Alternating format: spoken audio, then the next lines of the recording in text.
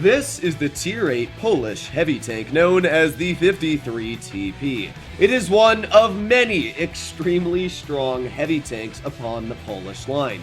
The Tier 9, being the 50 TP, is also incredibly strong, and even the Tier 10, the 60 TP, as we know, is one of the strongest Tier 10 heavies in the game currently.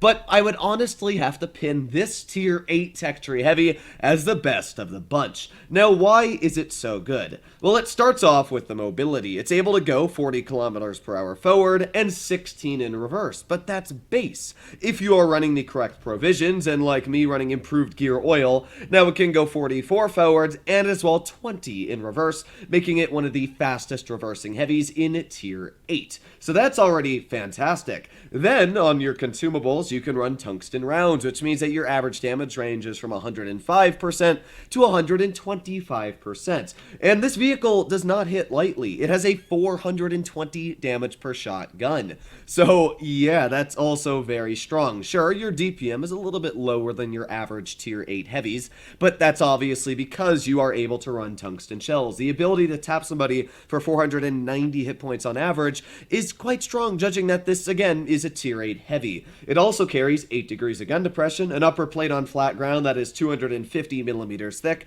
and fully haul down, this vehicle is basically impervious to enemy fire, even Tier 9s. This turret on base armor is 330 thick. It's right up there with the T-32 on one of the thickest turrets in the game. The only weak spot is that little cupola sticking right on the back. This tank is incredibly strong.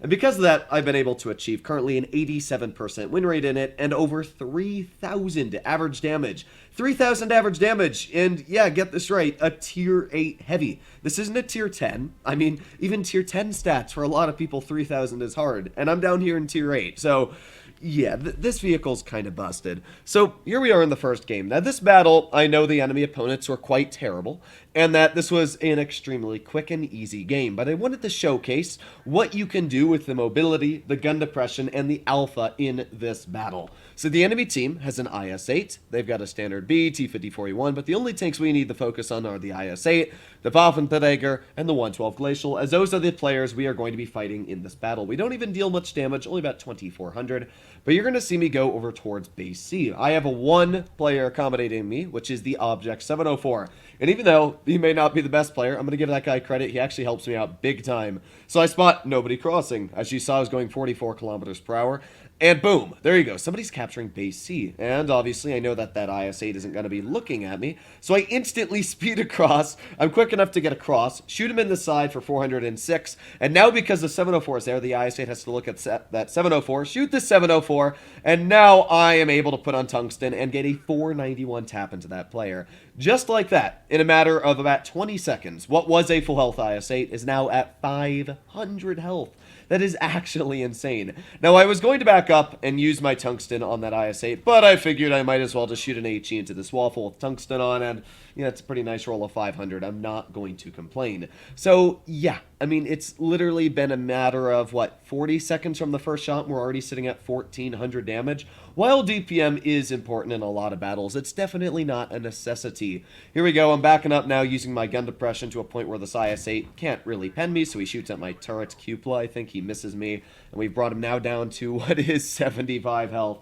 I can tell you for a fact that guy is not very happy with me. We got the waffle as a one-shot over here. He's basically done. Slam a shell into the side of that IS-8. And there you go. I mean, that is how quickly this vehicle and the 704 simply destroyed what was 3 tanks. Now, I do make a bit of a mess up here. I got kind of trolled by Wargaming. Said it was kind of a pen, and it just didn't want a pen, so yeah, it was a little bit red, but I thought it might cut through, but unfortunately, it did not. This guy, though, yeah, I don't really know what this guy's doing. I'm gonna be honest, this is one of those guys that buys a premium tank and thinks that it's gonna go well for him, and it really didn't. It just didn't go well for him. Either way, this was basically the end of this battle. I mean, you can see how easily easily we were able to win this flank. Now, you could argue I could have done this with a lot of heavies, but with the help of tungsten shells and with that 44 kilometers per hour of mobility plus that alpha, that is really what gave this first battle the ability to do all of what I did. The alpha damage is great. The only other heavy tank in tier 8 that carries this alpha is the Object 252, but the Object 252 goes 35, not 44 kilometers per hour. The Object 252 also doesn't have 8 degrees of gun depression, and it doesn't go in reverse at 20. Honestly, I would rather run this vehicle than a 252 in a lot of scenarios. Sure, it has a lot more armor on the upper plate, but its lower plate is a heck of a lot weaker. So here we are on the second battle. Now, Dead Rail is basically the ideal map you want for this vehicle. It has 8 degrees, which is enough to work the hill on Dead Rail. It also has the alpha to outtrade other heavies, even if they do pen you. And it's got the reverse speed that back down the hill if somebody tries pushing over it to shoot you. It's got the whole shebang. So what does the enemy team have? Well, they got an Emil 1, which is a very strong vehicle. We all know the Emil has one of the strongest turrets in the game. Great hull-down capabilities. Oh, yeah, by the way, watch this shot. Just, what? Why'd you got to do me like that, Wargaming? I mean, either way, we're still fine. We didn't bleed any health for it. So we got the Emil 1 up on the front. Obviously, the Emil 1, while it is a strong tank, judging that you only need about 8 degrees of gun depression to work this hill. Boom! Nice premium shell straight into the turret cheek of that vehicle. Already bringing ourselves in 371 hit points. I do love the Emil 1, but it definitely has its one upcoming, which is if you're not using its full gun depression, its turret does have a bit of a weakness. There we go, aiming in on that T-29. You'll notice that the aiming time on this vehicle is actually quite good. And then this guy, yeah, I don't know what he's doing. I'm gonna be honest, I don't know what was going on in this game. I actually lost a couple brain cells watching what my teammates were doing. It was actually amazing that we won this game. They might be wondering why I bled about 900 health to shoot that SU-130 PM once. And really the reasoning behind it is because I know that hull down, I'm not going to be penned in this vehicle. I can bleed as much health as I want, and as long as I'm able to clear a vehicle like this SU-130, one of the few vehicles that could probably pen me with heat shells, I don't really need to worry too much. There you go, SU-130 bounces me, and with that, that guy's now down to a one-shot. He's just sitting there, so he's obviously not a good player, so I'm just going to reload one more time, and kaboom! There you go. One of my biggest threats is taken out. We're still sitting quite healthy on hit points at 608, enough to take at least one shell from that Emil 1, so I'll know when I need the backup.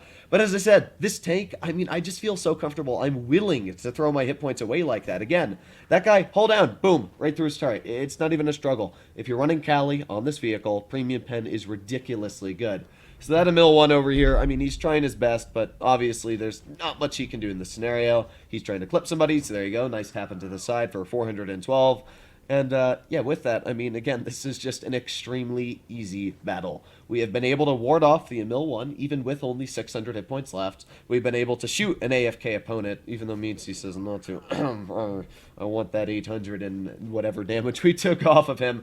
But we've already managed to break the 3,200 damage barrier in this battle, so that's pretty good. We got a Pershing off to the side, and, well, you're going to see what the HE on this tank can do if you're able to penetrate it. Bum, ba-da-da-dum, ba-da-da-dum, bum, bum. Let's load an HE onto the rear. Kaboom! There you go. Yeah, that's 625 hit points we just took off that guy with a penetration and a fire. And there you go. I mean, we are now at 3,883 damage in this game. But wait, there's more. Do you ever have that problem of undetected ISUs getting stuck in your drains? Well, try the Tungsten Shells 9000. It lets you get extra damage. And kaboom, there you go. Nice shot into the ISU for 483. And there you have it, folks. 4,366 damage in an extremely easy battle where I legitimately threw away my hit points, not even caring. I mean, that is just what the 53 TP can do. And I played this tank quite a bit today, maybe about 5 or 6 battles, but I just thought I'd pick 2 of the weirder battles that I had. Most of them were pretty good as it is. But yeah, the 53 TP is a ridiculously strong vehicle. It has almost everything you would want going for it for a heavy. It's fast. Reverse speed is amazing. It's got high alpha, great penetration. I mean, if we take a look at the premium pen, what is it? 278? Yeah, that's pretty high up there. Hopefully you enjoyed today's video, and I'll be seeing you in the next one. Bye-bye.